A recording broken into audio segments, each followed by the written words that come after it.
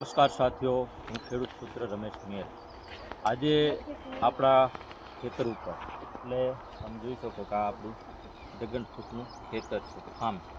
જેમાં dragon fruit છે અને દર વર્ષે આપણે આંતરપાક અને આર્યુઈ આપણે એકદમ પ્રાકૃતિક ખેતી ઉપર આપણે જઈ રહ્યા છીએ. અમારું ચોથું વર્ષ છે.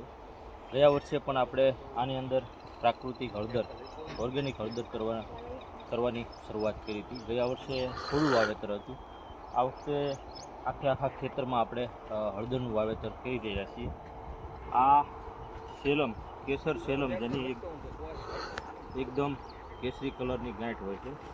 આપણી પાસે આ ગયા વર્ષની આપણી તૈયાર કરેલી માતૃગાંઠ છે અને માતૃગાંઠની અત્યારે આપણે વાવેતર એટલે ચોપણી કરી રહ્યા છીએ. આ જોઈ લો તમે, આમાં હવે નવી ફૂટ આવી ગઈ છે.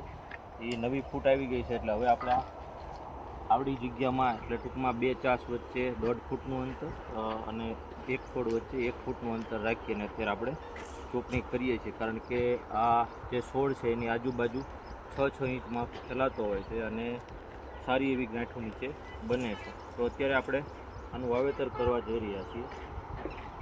આવી રીતે આ ખાળ કરેલી છે, એની અંદર આપણે ફૂટના અંતરે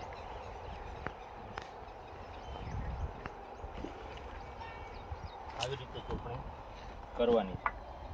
તો પ્રાકૃતિક ખેતી તરફ દરેક વળો, એવી મારી દરેકની અપીલ છે. અને નવી ખેતી તરફ વળો, પારંપરિક ખેતી છોડો અને કંઈક સારું કરો, એવું આપ સર્વને ખેડૂતને મારી નમ્ર અપીલ અને નમ્ર વિનંતી છે. જય જવાન, જય કિસાન.